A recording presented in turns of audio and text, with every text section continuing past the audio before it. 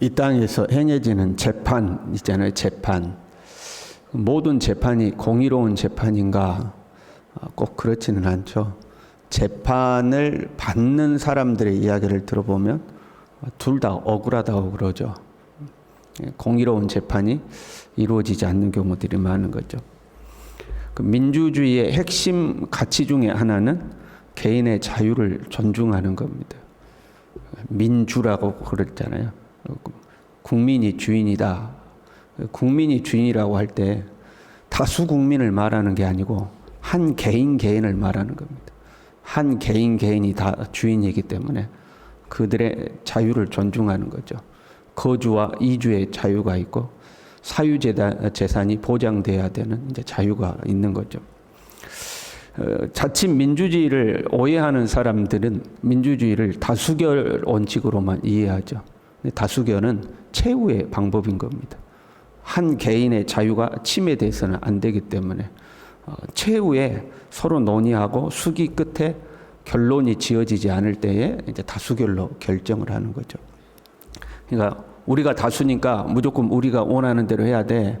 그거는 민주주의가 아닙니다. 아까 말씀드린 대로 한 개인이 주권을 가지고 있거든요. 그들의 주권을 존중해야 되는 거죠. 그렇게 보면 다수결로 결정할 수 있는 문제가 있고 다수결로 결정할 수 없는 문제가 있습니다. 제가 간혹 예를 드는 거 있잖아요. 여러분, 다수결의 결정에 의해서 나의 재산을 몰수할 수 있습니까? 그러면 아주 무서운 사회가 되는 겁니다. 우리끼리 오늘은 결의를 하는 거죠. 오늘은 한상열 장로의 재산을 몰수하기로 찬성하신 분 했더니 한상열 장로님 빼놓고 다 찬성이야. 그럼 오늘 한상열 장로님 재산 몰수했어. 내일은 장찬호 장로님 재산을 몰수하기로 찬성하신 분 하고 그럼 여러분 안 되잖아요. 그래서 그런 문제는 다수결로 결정할 수 있는 문제가 아닌 거죠. 개인의 자유를 다수를 위하여 제한하거나 억압이 가능하다. 그것을 이제 사회주의, 더 나아가면 이제 공산주의가 되는 거죠. 민주주의의 또 다른 핵심 가치 중에 하나는 권력의 분리입니다. 공화정의 특징이기도 하죠. 입법과 사법과 행정이 분리되어서 서로 견제하며 조화를 이루죠. 우리가 아는 대로 입법부는 국회를 말하고 사법부는 말 그대로 사법부, 재판하는 법정을 말하고 행정부는 이제 대통령 권력을 말하죠. 입법기관이 국회 권력이 사법기관을 침범하면 안 되죠. 행정기관이 대통령 권력이 또한 사법기관을 침범해서도 안 됩니다. 이 하나의 권력이 그 입법 권력이든 행정 권력이든 하나의 권력이 이 세 가지 권력을 다 장악하게 됐다. 그것을 독재라고 하는 거죠. 하나의 권력에 의해서 입법부도 내 말대로 해. 야, 사법도 내 말대로 해. 행정도 내 말대로 해. 이제 이렇게 되면 그걸 독재라고 하는 겁니다. 사법부가 공의로운 판결을 내리는가? 입법부 눈치도 안 보고 행정부 눈치도 안 보고 법과 양심에 따라서 판결을 내리는 거죠. 그게 이제 사법부가 하는 거거든요. 이 법과 양심이라고 할 때 이 양심은 개인의 도덕적 양심을 말하는 것이 아니고 법에 어긋나지 않는 양심을 말하는 겁니다. 나는 내 양심에 있어서 이 법에 어긋나지 않았다 하는 그 양심을 말하는 거죠. 오늘날 존재하는 사법부가 법과 양심에 따라서 입법과 행정의 권력을 보지 않고 공의로운 판결을 내리는가? 꼭 그렇진 않은 것 같을 때가 있죠. 그렇잖아요. 또 그걸 바라보는 우리도 재밌어요. 우리 편에 유리하게 판결이 내려지면 정의로운 판결이고 우리 편에 불리하게 판결이 내려지면 불의한 판결이라고 우리가 생각하죠. 그래서 가만 보면 그 누구도 사법부를 믿지를 않죠. 사법부의 판결이 법과 양심에 따라서 공의롭게 판결이 내려졌다 믿지 않는 것을 보게 됩니다. 특별히 이제 권력과 권력의 다툼이 생겨서 사법이 판결을 내려야 될 때 그건 거의 이 권력 다툼일 뿐일 경우가 많아요. 우리가 사화를 보면 그렇잖아요. 조선시대에 어떤 권력과 권력이 붙었어요. 그래서 한 권력이 이제 이겨서 권력을 잡아요. 그럼 반대 권력을 이제 숙청하잖아요. 그러면 주리를 틀라 해가지고 불어라 하고 원하는 답을 말할 때까지 하잖아요. 그래서 이를 제거하잖아요. 그때의 사법부는 공의로운 판결을 내리는 사법부가 아니라 그냥 권력 다툼의 한 기관일 뿐이죠. 그래서 권력자들끼리는 그냥 권력 다툼으로써 사법이 이제 하나의 수단으로 사용되는 거죠. 그런데 문제는 권력자들과 권력자들의 다툼이 아니라 권력을 가진 자와 일반 서민 간에 이게 재판이 붙는 경우가 있죠. 그때 공의로운 판결이 내려지는가 하는 거죠. 힘 있는 자, 어떤 입법 권한이라든가 행정 권한이라든가 또는 사법 권한을 가진 힘 있는 자와 일반 서민과의 재판, 아니면 그 정도 권한은 아니더라도 돈을 많이 가진 자, 일반적으로 이 사회에서 높은 자리에 있는 자와 일반 서민과의 재판이 붙었을 때에 공의로운 판결이 내려지는가 하는 거죠. 물론 어딘가에는 그런 법과 양심에 따라서 공의로운 판결을 내리는 판사들이 어딘가에는 있겠죠. 그런데 권력자들이 재판을 받을 때에 정말로 바르게 판단을 하려면 판결을 내리는 판사가 이 세상 표현으로 뒤가 구리면 안 돼요. 떳떳하게, 정직하고 떳떳하게 살아서 권력자들이 뒷조사를 해가지고 야, 이거 너 나한테 불리하게 판결 내리면 너 이거 다 까발려 버린다. 그런 위협을 받지 않을 정도로 정직하게 살아야 그 누구도 두려워하지 않고 공의로운 판결을 탁 내릴 수가 있죠. 안 그랬다가는 자기 자신도 이제 불리한 위치에 놓이게 되죠. 그러다 보니까 상당히 많은 판결이 권력자들이 유리하게 판결을 내리는 거죠. 권력을 가진 자, 돈을 가진 자에게 상당히 유리한 판결을 내리고, 또한 그런 유혹이 주어지죠. 야, 이번에 나 잘 봐주면 내가 너에게 이런 좋은 것들을, 재물을 준다거나 어떤 자리를 준다거나 출세를 시켜준다거나 이렇게 해줄게 하는 이제 유혹이 찾아오는 거죠. 2절에 보면요, 악인의 납 보기를 언제까지 하려느냐. 우리 표현을 하면 내 얼굴 봐서 이렇게 해줘, 이제 이런 거죠. 야, 내 얼굴 봐서 이번에는 좀 이렇게 판결 좀 내려줘. 근데 이런 거예요. 그런데 악인의 낯을 봐주는 거죠. 왜? 그들이 힘을 가졌으니까. 분명히 법적으로 보면 저 사람이 잘못했는데 힘을 가졌으니까 야, 내 얼굴 좀 봐줘. 알았어 이거 판결을 내린다는 거죠. 본문은요, 그런 세상 재판장들을 향한 절대 재판장이신 하나님의 경고 말씀입니다. 1절에요. 하나님은 신들의 모임 가운데 서시며 하나님은 그들 가운데에서 재판하시느니라. 하나님께서 세상 재판장들을 심판하기 위해서 하늘의 재판 법정을 개최했다 그 말이에요. 그런데 신들의 모임 이렇게 돼 있죠. 이 신들의 모임은 엘로힘 그런 말인데, 신들이라는 단어가요, 전능자, 우리가 이제 하나님을 일컬 때 엘로힘 그렇게 하죠. 전능자 그런 말인데 다양한 의미를 가지고 있어요. 힘 있는 존재, 권세 있는 존재. 여기서는 강한 힘을 가진 재판장들을 일컫는 단어예요. 그럼 왜 신들의 모임, 신처럼 단어를 사용했을까요? 6절에도 보면요, 너희는 신들이며 다 지존자의 아들이라 하였으나, 여기서도 너희는 신들이며 할 때 엘로힘 이렇게 사용했어요. 그런데 신들이며 지존자의 아들들이라 하였으나, 너희는 신들이다, 너희는 지존자의 아들이다 이렇게 표현한 게 아니고 신들이라고 하였으나, 신들이라고 일컬었다는 거죠. 진짜 신이 아니고 너희들 신들처럼 일컬어줬다, 지존자의 아들들이라고 불러줬다 그런 말이에요. 왜 그러냐면요, 고대에 이 재판의 영역, 판단의 영역은 하나님의 영역이었습니다. 우리도 간혹 그렇게 하잖아요. 하나님만이 판단할 수 있는 거야, 이런 표현 하잖아요. 하나님만이 아시겠지. 이 정확한 판단은 하나님의 영역인 거죠. 그런데 이 재판장은 그 하나님을 대신해서 공의로 심판해야 되는 권위를 하나님께로 부여받은 거예요. 공의로운 심판은 하나님만이 하시는 건데, 이 땅에서 하나님이 재판장을 세우시고 그 재판장에게 공의로운 재판을 할 수 있는 권위를 부여하신 거죠.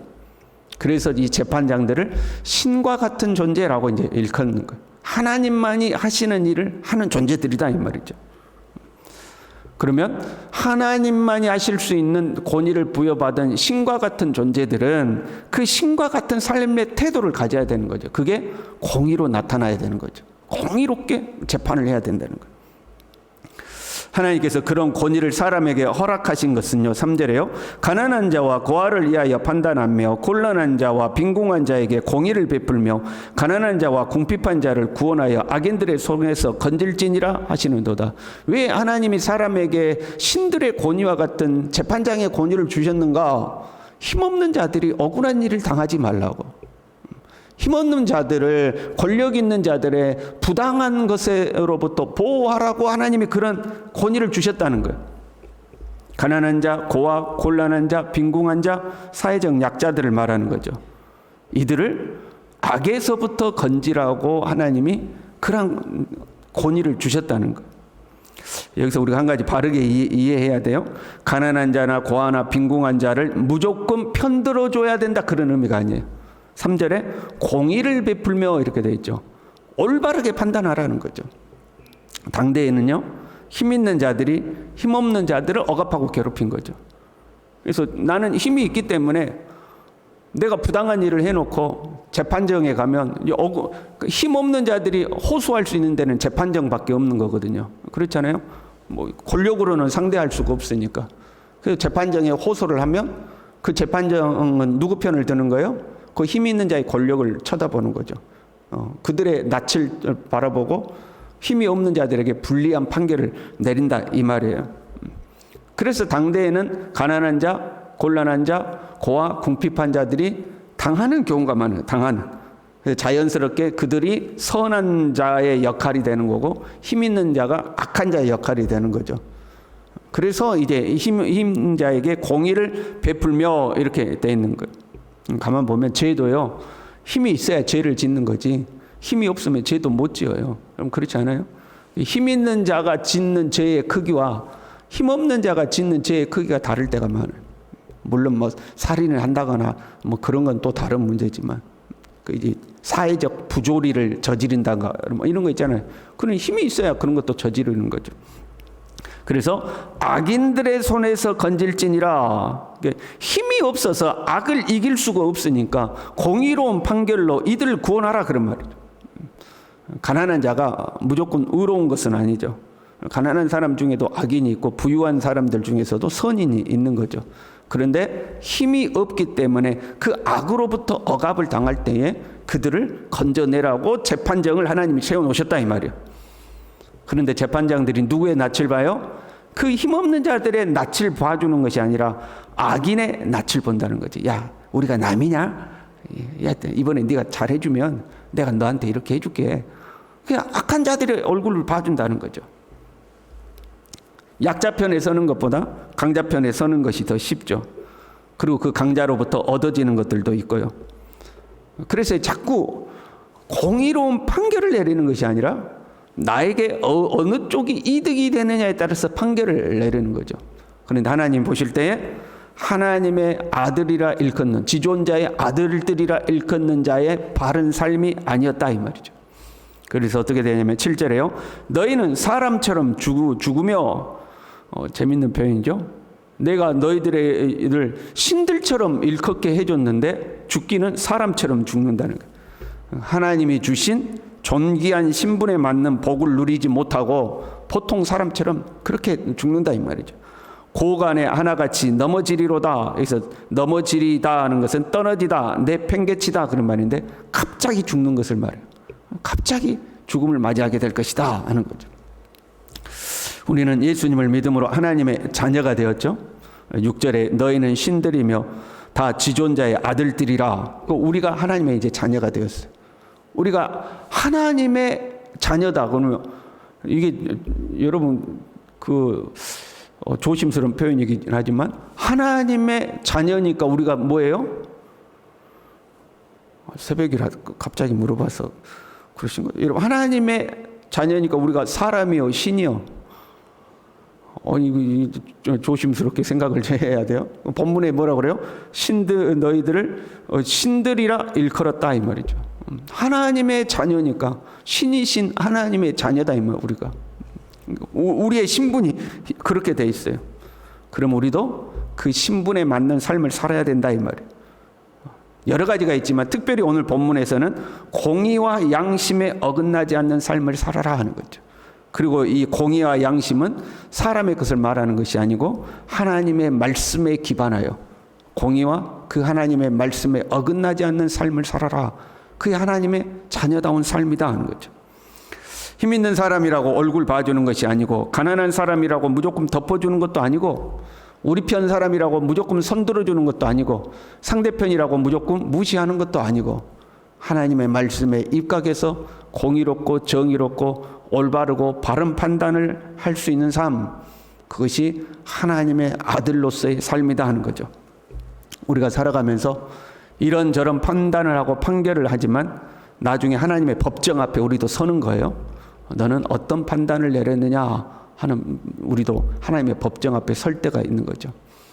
가급적이면 서로를 비판하거나 판단하거나 정죄하지 아니하고 우리는 서로 사랑으로 허물을 덮어주고 이해하고 용납하며 우리가 어떤 것을 결정해야 될 때는 하나님의 말씀에 입각하여 공의로운 판결을 하며 살아가는 저와 여러분이 될 수 있기를 바랍니다.